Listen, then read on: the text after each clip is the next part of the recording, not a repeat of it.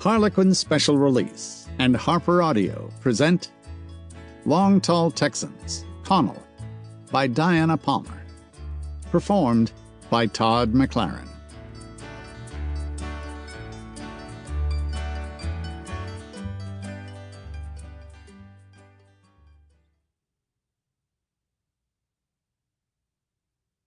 Dear reader, I can't believe that it has been 30 years since my first Long Tall Texan book, Calhoun, debuted. The series was suggested by my former editor, Tara Gavin, who asked if I might like to set stories in a fictional town of my own design. Would I? And the rest is history. As the years went by, I found more and more sexy ranchers and cowboys to add to the collection.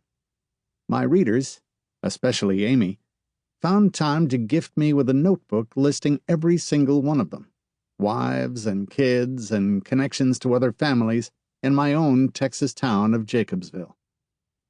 Eventually, the town got a little too big for me, so I added another smaller town called Comanche Wells and began to fill it up, too.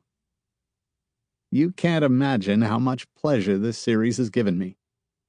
I continue to add to the population of Jacobs County, Texas, and I have no plans to stop. Ever. I hope all of you enjoy reading the Long Tall Texans as much as I enjoy writing them. Thank you all for your kindness and loyalty and friendship. I am your biggest fan. Love, Diana Palmer. Chapter 1. Because of the date, Penelope knew she wouldn't find him at the barn. That was where he usually was at this hour of the day. Any other time, C.C. Tremayne was always 2 steps ahead of his men in feeding the animals, especially with the drought that had turned the grass brown and brittle these past few weeks. The drought had been a bad break for her father. Even with the Rio Grande only a few miles away, water was a precious commodity, and wells kept going dry, leaving the tanks they filled empty. West Texas was usually hot in mid-September, but the wind was up, and it was unseasonably cold this evening. Penelope had worn a jacket outside, and now she was glad she had. She shivered a little in the late afternoon chill. It was just beginning to get dark, and Penelope knew that if she didn't get to CC before her father did, it was going to mean another nasty quarrel. Ben Mathews and his foreman had been at each other's throats enough in recent weeks, and Penelope didn't want any more arguments. Her father always got bad-tempered when money was tight. Things couldn't be much worse right now. Cece was drinking.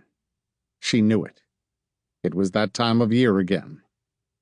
Only Penelope knew the importance of that day in September in Cece's life. She'd once nursed him through a flu and a raging delirium, and he'd told her everything. She didn't let on that she knew, of course.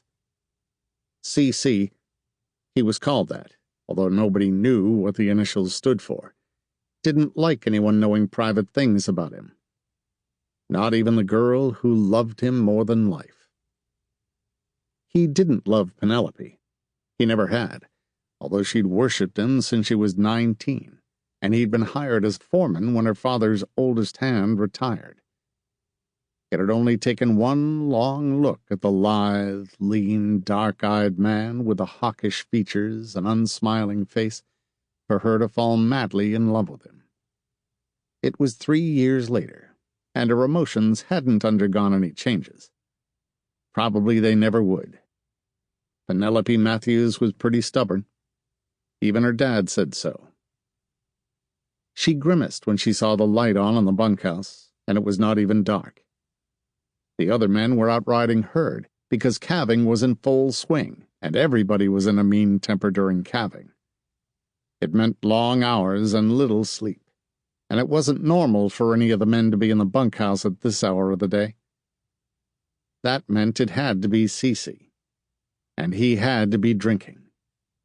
And liquor was one thing Ben Mathews wasn't about to tolerate on his ranch, not even when it was being... Sample complete. Ready to continue?